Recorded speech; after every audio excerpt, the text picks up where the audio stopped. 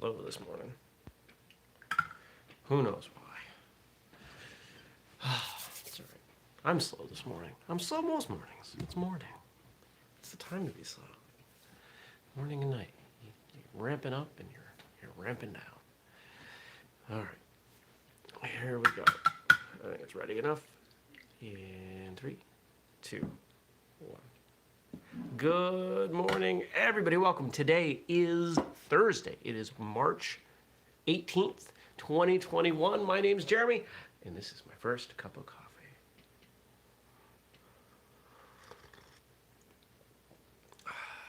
That came out good this morning. Well, happy not St. Patrick's Day anymore. If you celebrated, whether for festivities or for heritage, cool. I bought some Guinness at the store. I found the last case of Guinness. It was in the produce section for no reason. It was just sitting, oh, yes, there was a reason. It was hanging out with an end cap in the produce section of corned beef. And I looked in the beer aisle and there was nothing else. So, all right, I'll buy a 12-pack of warm Guinness bottles. And then I made my own version of black and tans. I got some local Vermont ale, and I made a black and tan out of it. And it came out pretty good. Is it as good as using harp? No. But they also didn't have harp or anything close. So I figured if I'm going to go off book, might as well do it in kind of a cool way. Yesterday was a pretty solid day. Oh, it was warm out. I did not get all the video shooting done that I wanted to, but I did get good morning, Emmett. I did get some content done for Patreon. I was scheduled to record some audio, and I said, you know what? I'm doing some of this video experimentation, so I stepped outside and I working on this new thing with video and record it in video and put up the audio, but also for those of you who, in the video tier, we put up the video. So you can check that out. Good morning, Stacy. And then when I came back in and finished dealing with that, the day was done. So I didn't do any other shooting. But I am going to be traveling around with my selfie stick for the rest of my life, it seems, and doing more videos. Emmett says the lack of viewers today could be due to the overindulgence of making yesterday's coffee Irish.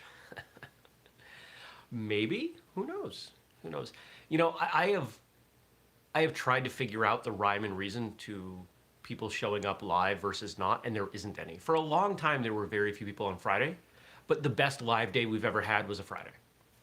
Doesn't make any sense. When we put out some announcements about First Cup on Martial Arts Radio, we get some extra viewers, especially temporarily, but that's okay. I don't mind that this show isn't big. And actually, I talked about that in the episode, the bonus episode that I released on Patreon yesterday. So for those of you who are Patreon subscribers, thank you, and you can go check that out. What else happened yesterday? Did a bunch of email stuff. Set up plans for some additional email, website thingies. There's a bunch of work going on there. Looking for an intern, for a marketing intern.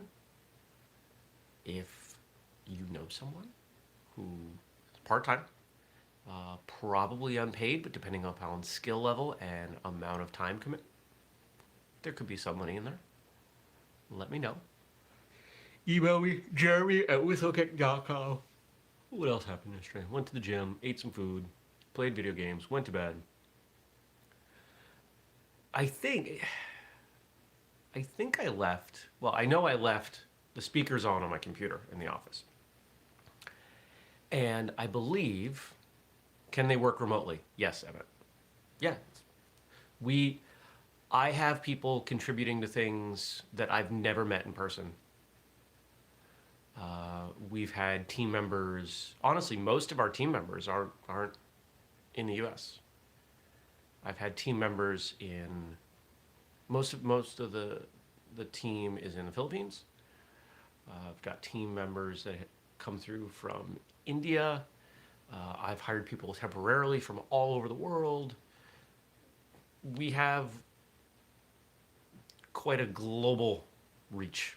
Obviously, it's primarily in the U.S. because I'm in the U.S. That's where most of my contacts are. But yeah,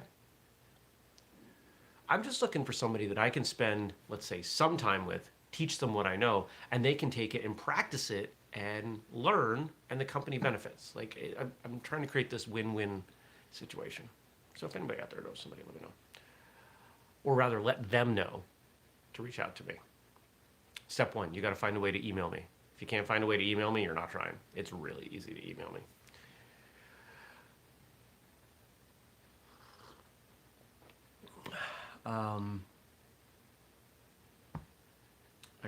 I broke my train of thought. I get braces today. Well, technically, I don't know if I get braces, but they're going to put things in my spacers in my teeth, in my back teeth.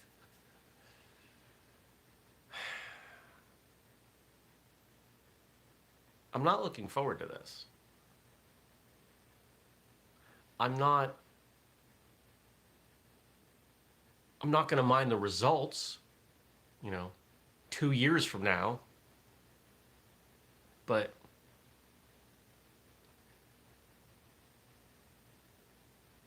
I'm not looking forward to this. What am I looking forward to today? Got a bunch of little work to do. I've got some client work, some calls to make. Next couple of days are going to be pretty interesting.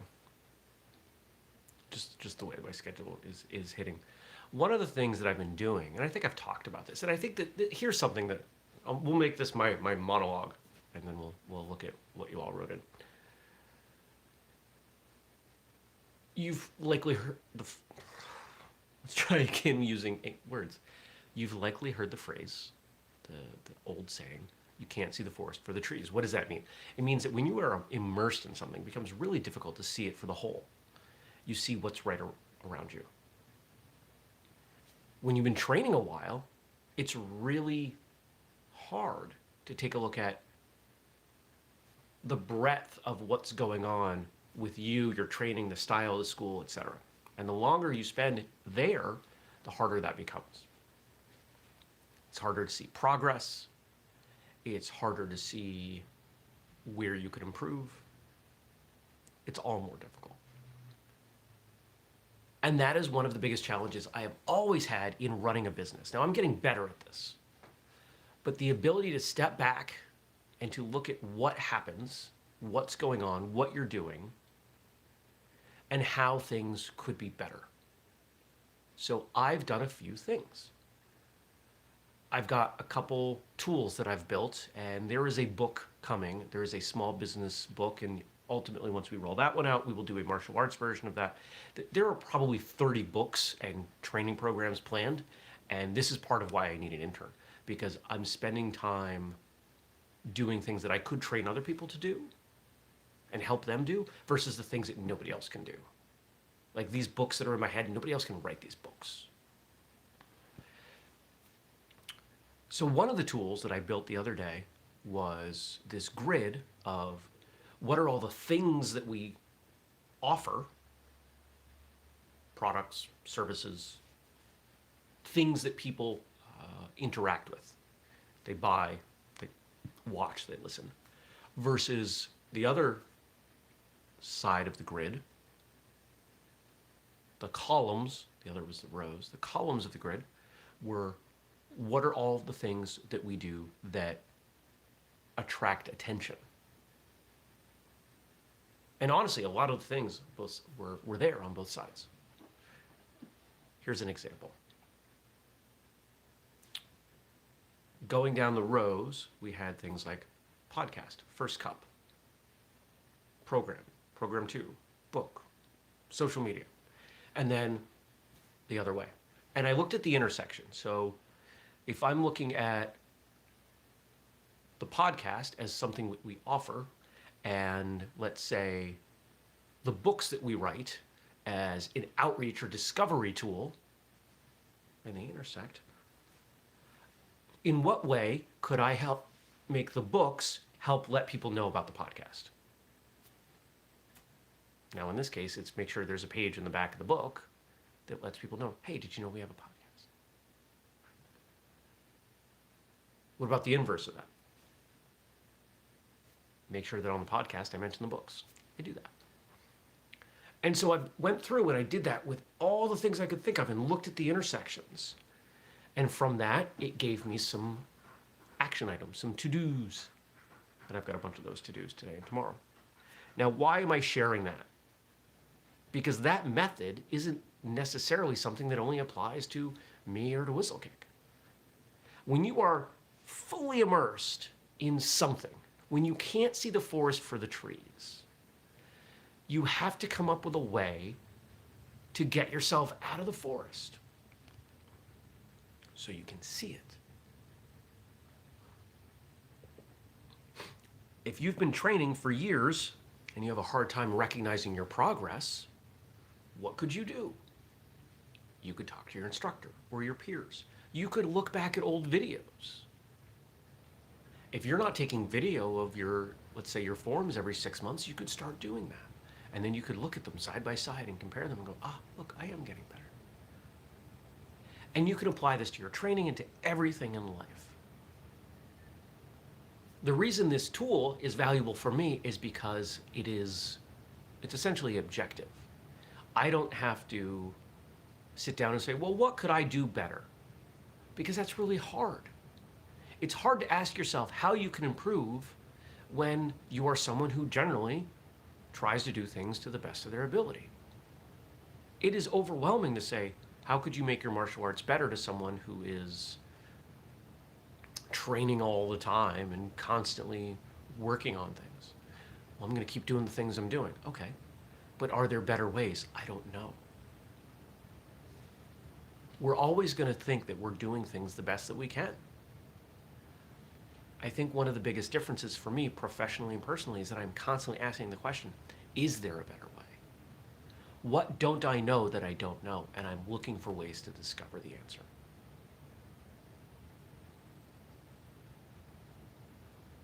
So, maybe it is a good idea for all of us from time to time to look for ways that we can step back or step out to ask the questions that lead to the answers of discovering what you don't know that you don't know.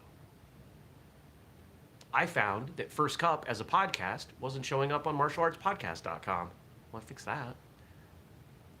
All the little things that gridded together, and man, what was it, like 10 or 15? There were probably 200 boxes that I had to go through and look at. And some of them were repetitive, but I came up with a ton of action items. Most of them were small. Some of them were big. And some of the big stuff has to do with video, which is why there's going to be a heck of a lot more video going on. It's going to be warmer out. It was 55 degrees yesterday. It was really nice. Most of the snow's gone. I'm going to head up to Burlington today, get some braces, do some work. I'll probably walk around, do some video there.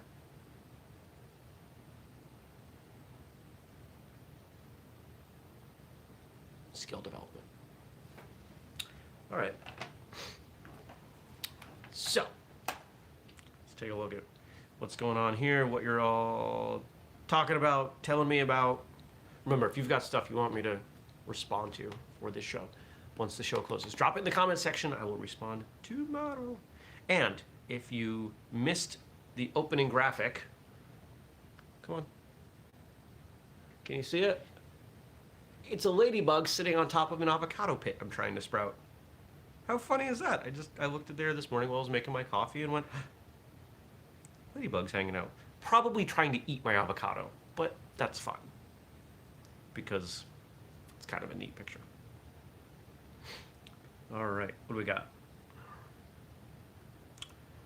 I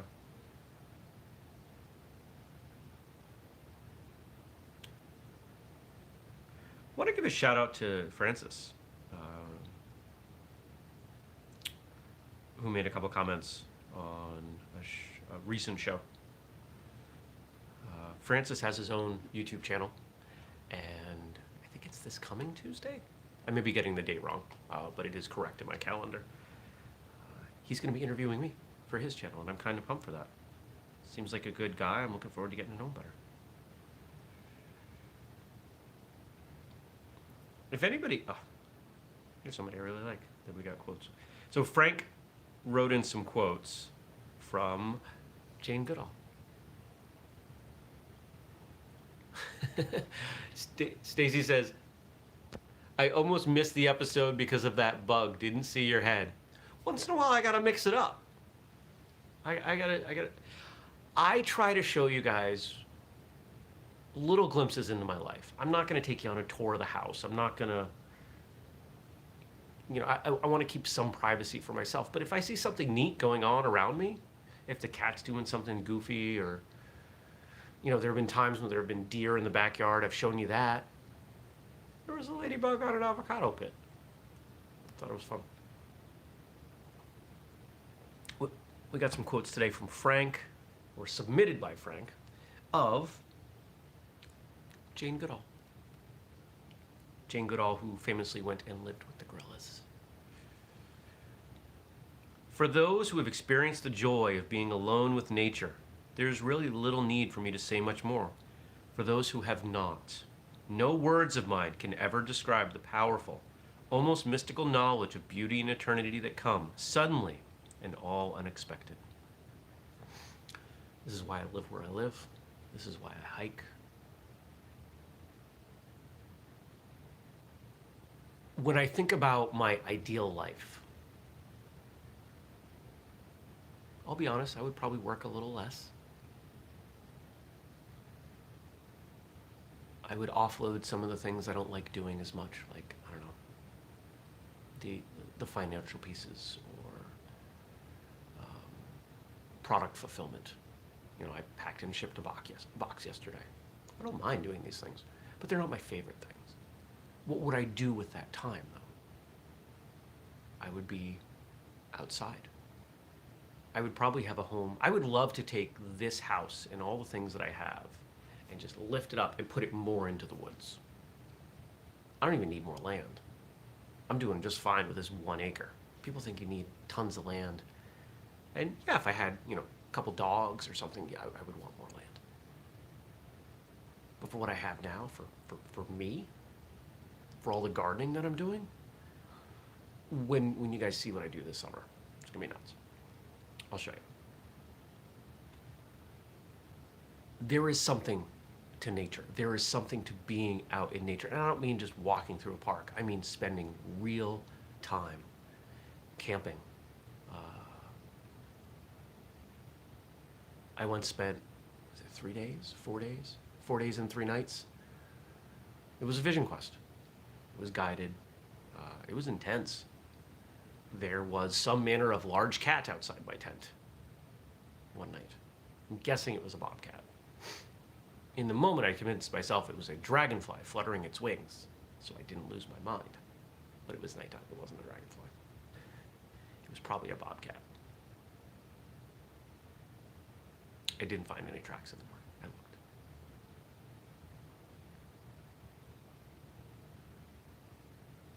We are connected to nature. We are part of nature. We are not separate. And a lot of us spend a lot of time and a lot of money, a lot of energy trying to reinforce this failing concept that we are separate. And I think that's a waste of energy. How do we live more integrated with nature? How do we recognize and harness nature? How do we acknowledge our primal origins and still honor what we are? That's a balance that I'm working to strike, and there are plenty of others. And I think that whether conscious or not, that's an effort a lot of us in more rural areas are working for. I don't know that I could ever live in a city. I like cities. I like visiting. I've lived in a city. I lived in the second biggest city in New England for 4 years. I had a great time. I don't want to do it again. So if you don't spend much time in nature, maybe you should start.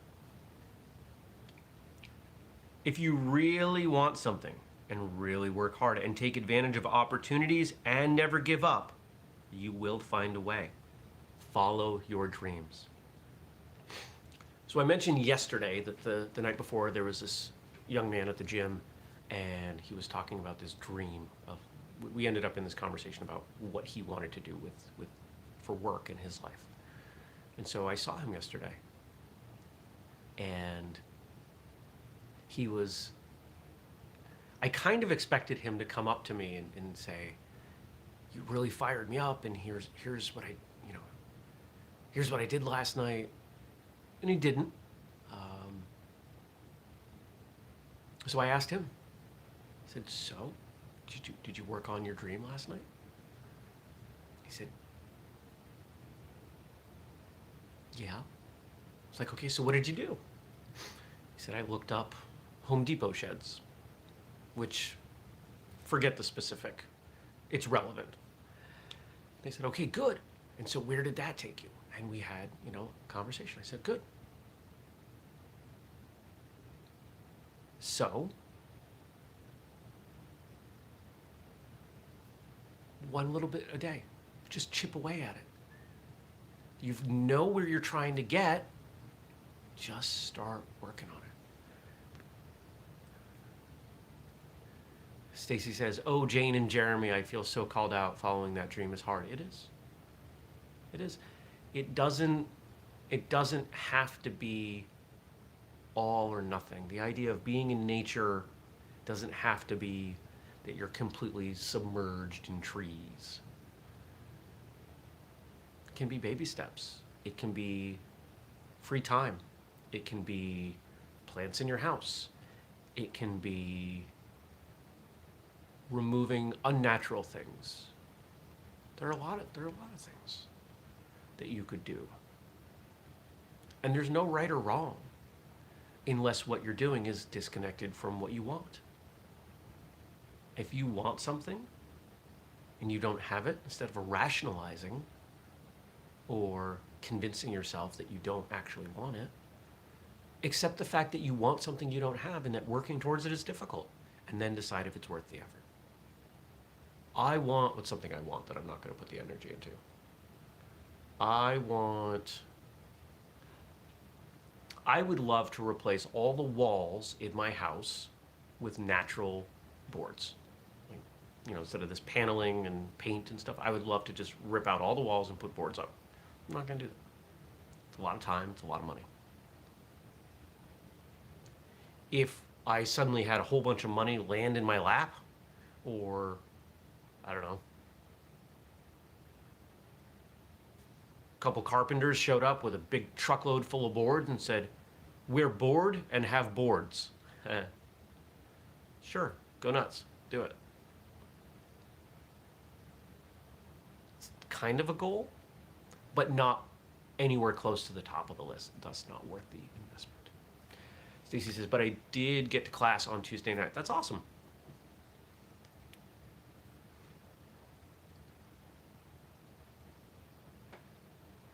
Come on, load back up, YouTube. Here we go. Here we are, arguably the most intelligent being that's ever walked planet Earth with this extraordinary brain, and yet we're destroying the only home we have. This is a difficult subject for me to speak on because it steps into political things. It is, we cannot discuss the state of the earth without politics. So I won't. But here's what I will say. What was the first thing I said in response? One of the first things I said in response to the first quote. We believe we are separate from nature. The more we recognize our connection to and existence within nature, the more these problems are front and center, and the less likely we are to take action that is harmful. You can expand upon that however you wish.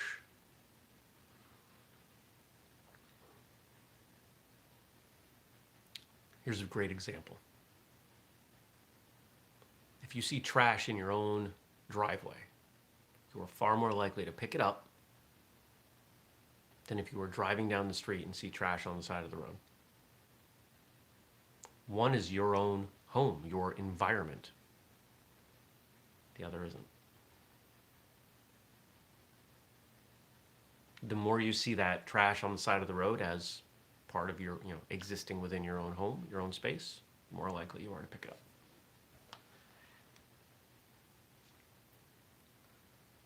And our final quote for the day. Great one to end on. Nice job, Frank. Let us develop respect for all living things. Let us try to replace violence and intolerance with understanding and compassion and love. Great quotes from Jane Goodall.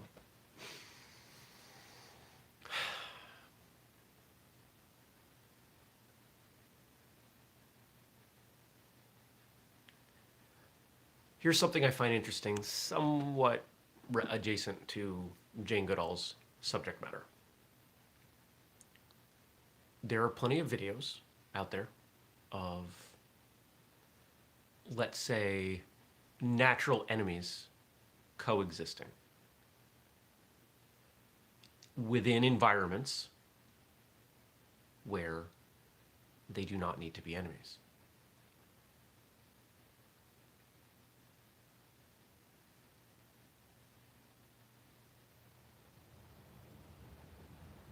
We have this tendency to think that love and compassion and understanding is exclusively human, and it's not.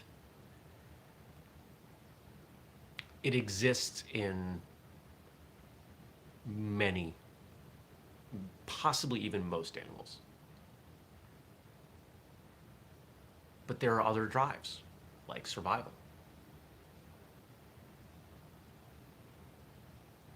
Most survival drives are based around fear. You've heard me talk on the show many times, the idea of love and fear being our motivating forces. The notion that love does not exist as a motivating force for non-humans is silly. It's there. And when you look at, I don't know, what's a good example? What have I seen? Like a dog and a tiger cub playing. Tiger could eviscerate the dog. It doesn't take long on YouTube to find videos of what I'm talking about. You don't have to teach that animal love. It knows what it is. It knows how to act. What is it, acting out of love or is it acting out of fear? And I think the more that we recognize that, in fact, there was a conversation yesterday at the gym. This is part of why I like going to this gym, because there's some people there who enjoy talking about some intelligent things. One of the owners of the gym really likes octopuses, octopi. They're really smart. We were talking about that. And I stated my opinion that I think, because there was some recent study that came out that said an octopus is roughly as intelligent as a 6-year-old human being. I said, I think that in the next, couple decades, we will discover other aspects of intelligence that narrows the gap between humans and animals. There are plenty of things I think that animals are perfectly capable of understanding that they choose not to. We think that because something doesn't act like us, that it's not capable. Take a look at the unlikely animal friend videos, and I think there are plenty of examples of where it happens. Or the elephant that saves the drowning person, or the dolphin that saves the drowning person, or what's a video I saw recently? It wasn't a dolphin, it was like a beluga whale that brought somebody's phone back up from it had fallen off a boat into the ocean. I mean, this wasn't like a photo. This was a video. It was right there. Somebody trying to take a picture, dropped the phone. Beluga brings it up, hands it to the person. Now maybe they didn't realize it was a phone, but they knew it belonged to that person. We're not separate from nature. And martial arts is one of the best tools I know for understanding how to interact with nature. I don't mean nature as in terms of trees. I mean nature in terms of our environment. Thanks for watching. Thanks for listening. Remember, if you want to support the work that we do, we've got Patreon, patreon.com/whistlekick. We've got stuff like this mug at whistlekick.com. You can use the code podcast15 to save yourself 15% off that or something else. Books, training programs, all kinds of good stuff. If you're new, subscribe, turn on notifications. We do this show every weekday, 6:30 a.m. U.S. Eastern Time, but you can also catch it later in your podcast feed. Leave me some questions or comments once the show closes, and I'll answer them tomorrow. Thank you so much, everybody. I hope to see you tomorrow for Friday. Woo. Take care. Peace.